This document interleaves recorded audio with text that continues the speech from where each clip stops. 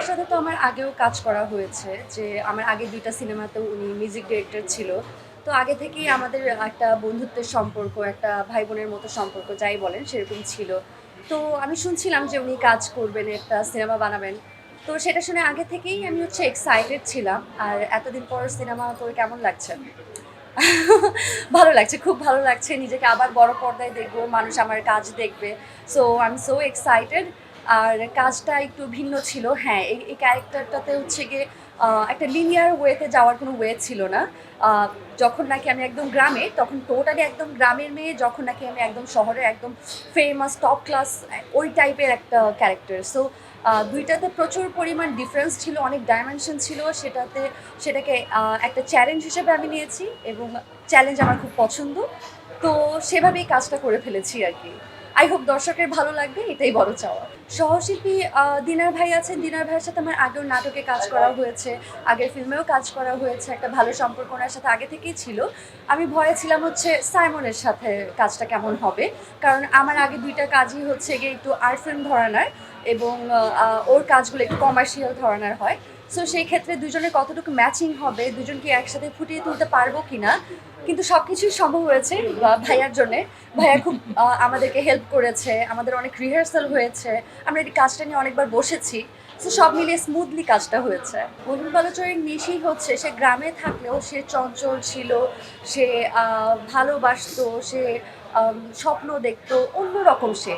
আর গিয়ে এখানে মায়া যে ক্যারেক্টারটা, সে যখন গ্রামে আছে সে খুবই সোলফুল। সে গিয়ে গান গায় ঈশ্বরের জন্যে।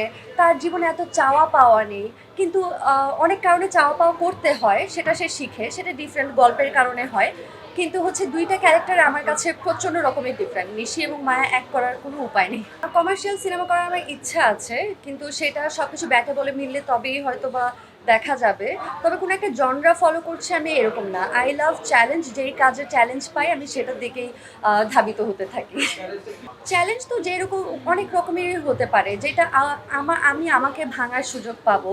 আর কমার্শিয়াল ব্যাপারটাতে এটা চ্যালেঞ্জের থেকে বেশি যেই জিনিসটা গিয়ে দেখাতে চাচ্ছে ডিরেক্টর, সেটা স্ক্রিনে ঠিকমতো ফুটিয়ে তুলতে পারবে, সেই বিশ্বাসটা আনা বা অনেক কিছু একসাথে কাজ করে আর কি কমার্শিয়াল সিনেমার বেলায়।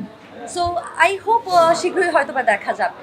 একটা হচ্ছে একদম বাউল ঘরানার, হ্যাঁ, আবার হচ্ছে একদম খুব সস্তা কমার্শিয়াল টাইপের, হ্যাঁ, আবার হচ্ছে একদম when she becomes a rock star, ওই রক স্টারের যেই বডি ল্যাঙ্গুয়েজ, যে পারফরমেন্স, হ্যাঁ, রকস্টার কিন্তু স্টেজে ডান্স করে না, হ্যাঁ, তার একটা আলাদা একটা বডি ল্যাঙ্গুয়েজ থাকে আমরা যেসব রক ব্যান্ডের মাধ্যমে দেখি, হ্যাঁ, পপ ব্যান্ড এবং রক ব্যান্ড এটা আলাদা। সো মানে ওকে রকস্টার বলে, তো ওইটাই আমি সবসময় বলছি নীলা, there's a difference rockstar and pop star, যেমন পপ স্টার ব্রিটনি স্পিয়ার্স বা শাকিরা, বাট রকস্টার কিন্তু আলাদা জিনিস। সো তুমি ওই জিনিসটা কি করো, অ্যান্ড অনেক অনেক চেষ্টা করেছে আমাদের তো এখনো সবগুলো গান রিলিজ হয়নি, আরো অনেক কিছু বাকি দেখা। আপনার সিনেমা দেখলে সবকিছু বুঝতে পারবেন।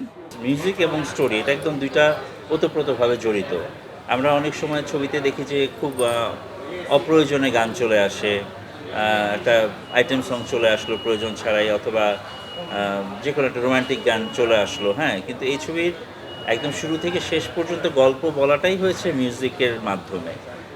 এবং মিউজিকের মধ্যে যে লিরিকগুলি, সেগুলোও ছবির স্ক্রিপ্টেরই একটা অংশ, একেবারেই স্ক্রিপ্ট বা কাহিনী বহির্ভূত কিছু না।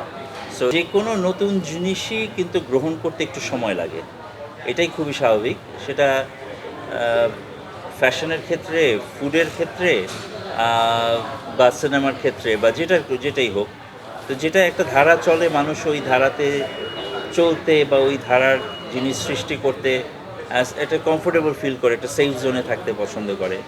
তো আমি ঠিক সেটার কিছুটা ব্যতিক্রম করেছি, একদমই যে উল্টো রথে চলেছি বা উল্টো দিকে চলেছি সেটা না, কিন্তু গতানুগতর মধ্যে কিছুটা একটু ব্যতিক্রমের ছোঁয়া, সেই দুইটার কম্বিনেশনে এটা করার চেষ্টা করেছি আর কি। গল্পটা আসলে একটি যেহেতু এখন রিভিল করতে অসুবিধা নেই, দেখে ফেলেছে অনেকে। একটি গ্রামের খুবই সাধারণ ঘরের একটি গ্রামের মেয়ে, যে কিনা একদম যার মাটির সাথে যোগাযোগ, প্রকৃতির সাথে যোগাযোগ, সেই মেয়েটা আস্তে আস্তে যখন তার মধ্যে একটা ক্ষুধা জন্মায় একটু বড় কিছু করার, বড় জায়গায় কাজ করার, কিন্তু সেটার সাথে সাথে সে খ্যাতিটা ঠিকই আসতে থাকে, কিন্তু সেটার সাথে সাথে অনেক বাধার সম্মুখীন হতে হয় এবং পরে একটা সলিউশনে সে আসে। তো সেই সলিউশনটা আমি এখন না বলি, সেটা দর্শকের জন্য রয়ে গেল, কিন্তু এটাই হচ্ছে মেইন ব্যাপার। যদিও সিনেমার গল্পটা কিন্তু একদমই আমাদের দেশীয় দেশীয় গল্প, দেশের গল্প, একেবারেই মৌলিক গল্প, কিন্তু প্রেজেন্টেশনটা একটু ডিফারেন্ট। হ্যাঁ, আমি প্রথমে ছবিটাকে আসলে বাইরের দেশের ফেস্টিভ্যালের চালাবো, শুধুই বাইরের দেশের ফেস্টিভ্যালে চালানোর চিন্তা করেই করেছি, নইলে সাইলেন্স এ মিউজিক্যাল জার্নি এই নামটা না দেওয়ার প্রয়োজন ছিল না আসলে। এটা অনেক যে কোনো অন্য কোনো না বাংলার সুন্দর নামই হতে পারতো, কিন্তু পরে যখন ভাবলাম যে সবাই বলছে এবং যারা টেকনিশিয়ানরা দেখেছে বলেছে যে না, এটা তো তুমি হলে রিলিজ দাও। হ্যাঁ, কারণ সিনেপ্লেক্সের দর্শকের টেস্ট অনেকটাই পাল্টেছে এবং সেটা চিন্তা করেই আসলে দেওয়া, এবং সিঙ্গল স্ক্রিনে হয়তো বা দিব। আমাদের সিনেপ্লেক্সের পাশাপাশি কিন্তু কিছু কিছু সিঙ্গল স্ক্রিনেও রিলিজ হয়েছে, যেমন শ্যামলী, লায়ন, তারপরে গ্র্যান্ড সিলেট, হ্যাঁ, লিবার্টি, এসব কিছু কিছু হলে রিলিজ হয়েছে এবং আগামী সপ্তাহের জন্য বুকিং চাচ্ছে। তো আমি একটু ধরে বেঁধে ইয়ে করতে যাচ্ছি, যে আমি চাই না যে আহ, মানুষের একটু জানুক, একটু আপনাদের মাধ্যমে একটু প্রচারণা হোক, জিনিসটা যাতে মানুষ আগে থেকে একটু প্রিপারেশন নিয়ে যায় যে it's a little bit a different movie, সেটা যাতে খুব গতানুগতিক ছবি না, এটা যাতে মানে প্রচারের মাধ্যমে আসে আর কি, যাতে মানুষ আশাহত না হয়।